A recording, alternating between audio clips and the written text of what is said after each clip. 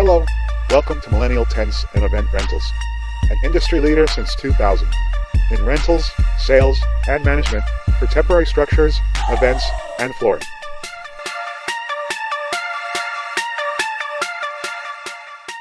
My name is Kev, and I'll be showing you how to set up this 20 by 20 tent that you see here behind me.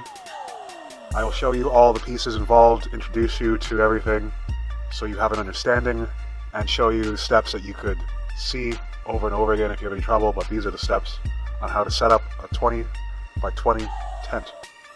The walls and gutters are an option, I'll show you that at the end.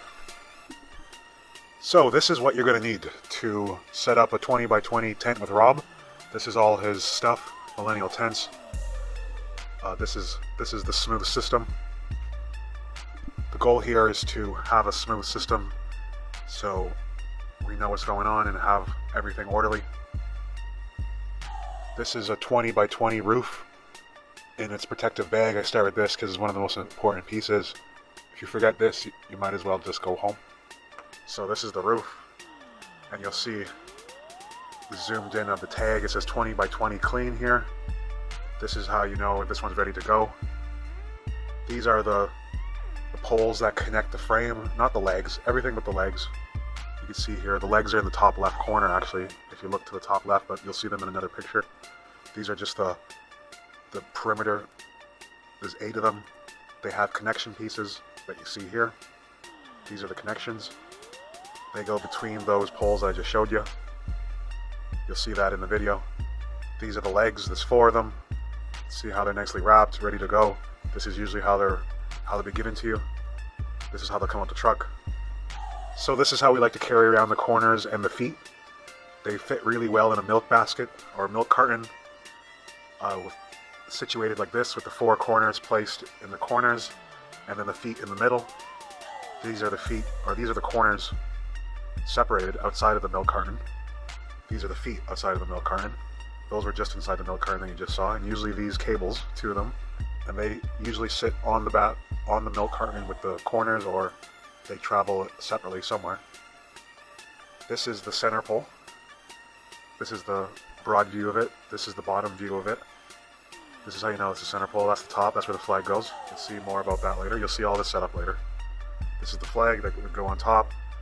It's usually inside here, but for the training video, I used a second one just to photograph it. You'll see the blue one come out of this bag later, because usually it's wrapped up in there, just the way Rob does it.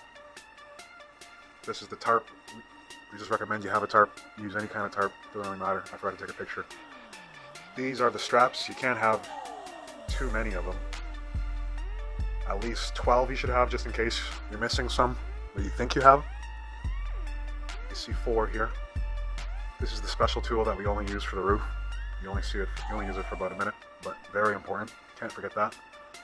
This is the 2-wheel dolly to move around the roof, bag, or move around blocks if you're going to be using them.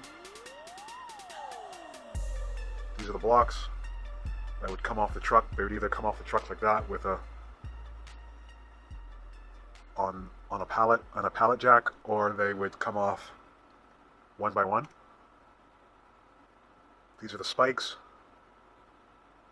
that we put into the ground to keep the tent down. This is the sledgehammer you would need to put the spikes down. This is the spike puller to pull it back out. Need that on tent removal. Sometimes we use bags. Those are the bags. So alright, those are all the pieces you're going to be using. That's what you would be pulling out of the truck, and that's what you definitely can't forget. If you need walls, you bring walls too. If you need gutters, you bring gutters too. So let's get started.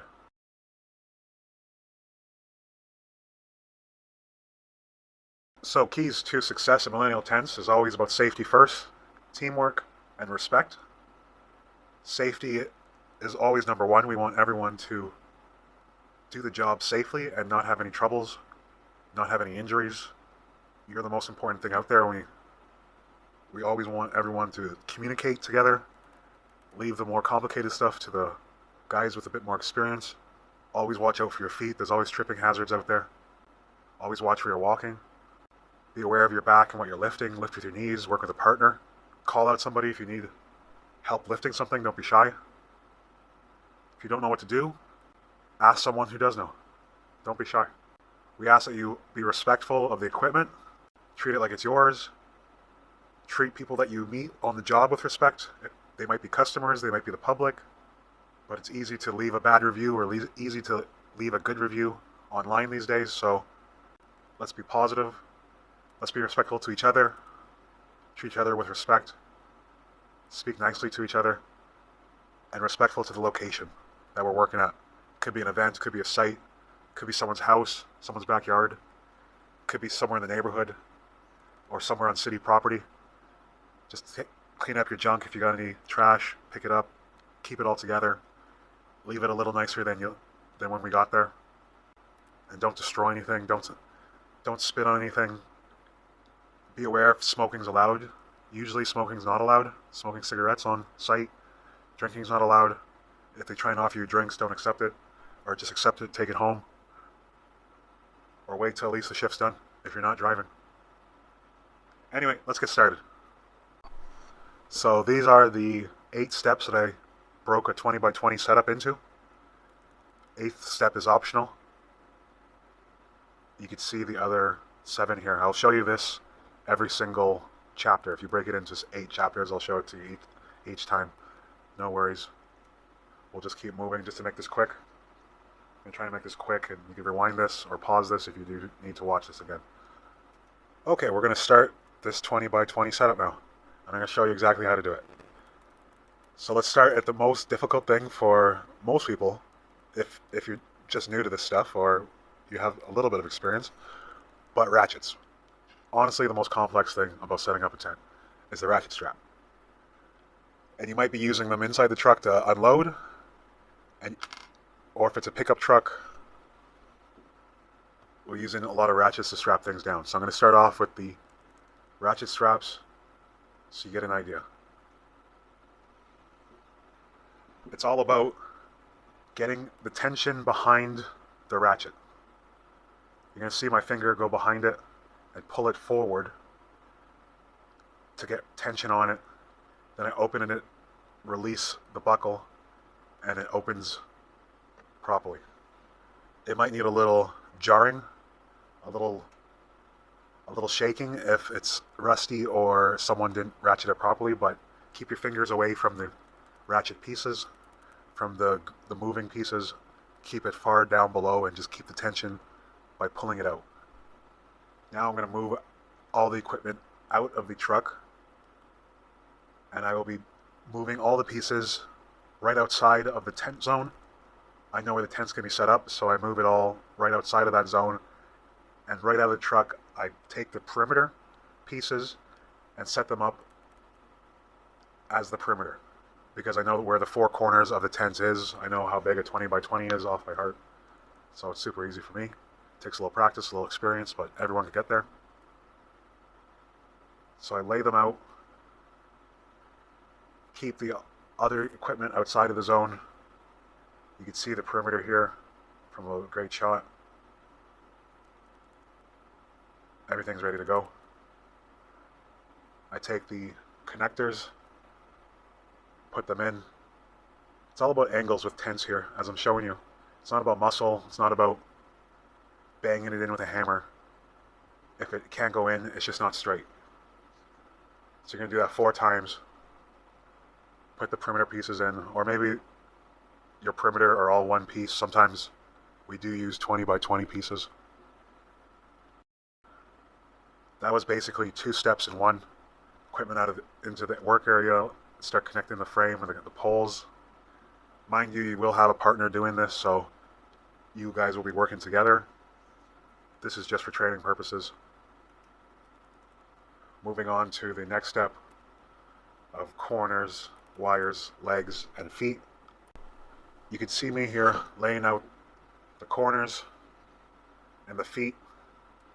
I'll do the legs at the end of at this chapter. You'll see I lay them out. Now I'm putting the corners in. I'm showing you the proper way. You can see there's 3 sides to the corner. 2 go to the perimeter. One goes down to the foot, to the leg, and the foot would sit at the bottom of the leg. You'll see in the next step. Just to show you how a lot of people get confused. You want the foot part going down, you want that little tongue spike going up because you want to hook that cable to it. There's 4 little spikes that hook up to the 2 cables. To hook on a cable, you got to lift a corner to take the tension off, to take the length off of the perimeter, make it shorter, just enough to hook on the cable there. And now you see the whole perimeter set up with the 2 cables go in both directions. As you can see, lots of tripping hazards here, just to remind you, for safety. Lots of tripping hazards. If you're not looking where you're walking, you'll definitely trip over those 4 perimeters or 2 cables. I'm going to go ahead and lay out the legs here that connect to the feet.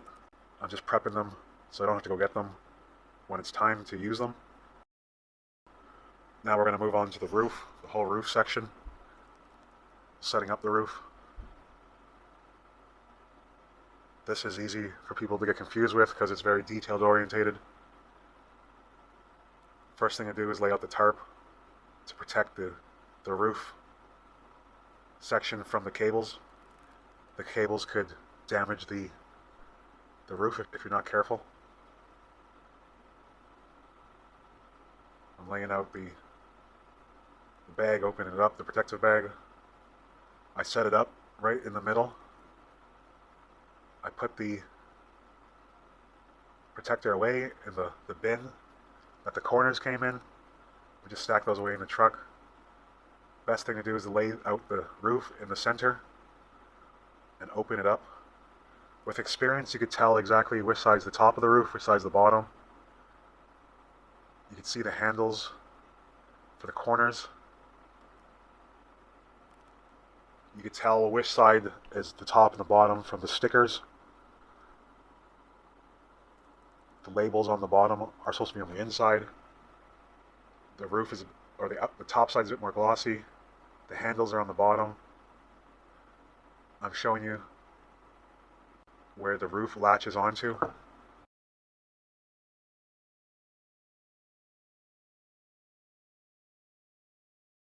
This is the special tool that you'll need in the 4th corner because it'll be way too tight to do it by hand. So you need this special bar to get the roof to stretch over. You see it here. I'm going to slow this down. We're going to stick it in there. That's our goal, to get that over that. Can't do it without this bar. So we're going to stick it in there. Be careful of your fingers. See where my hands are. They never come close to that pinch point down there. I use my foot. I get the bar pretty much straight up. Then use my foot to push the fabric down. And then swing the bar down and hook it in. I'm going to go around here and take the 4 corners of the roof down so it's set up for when I lift it. Friendly reminder again that you'll be working with a partner and you'll be lifting with a partner, but it's still smart to get that down nice and early. Now you can see here, the roof is ready to go. I got 2 legs in my hand and I'm ready to set it up. So now we're going to do legs and center pole. We're just going to do 2 legs to have it half set up, to set up the center pole. And the flag will be done in this part here.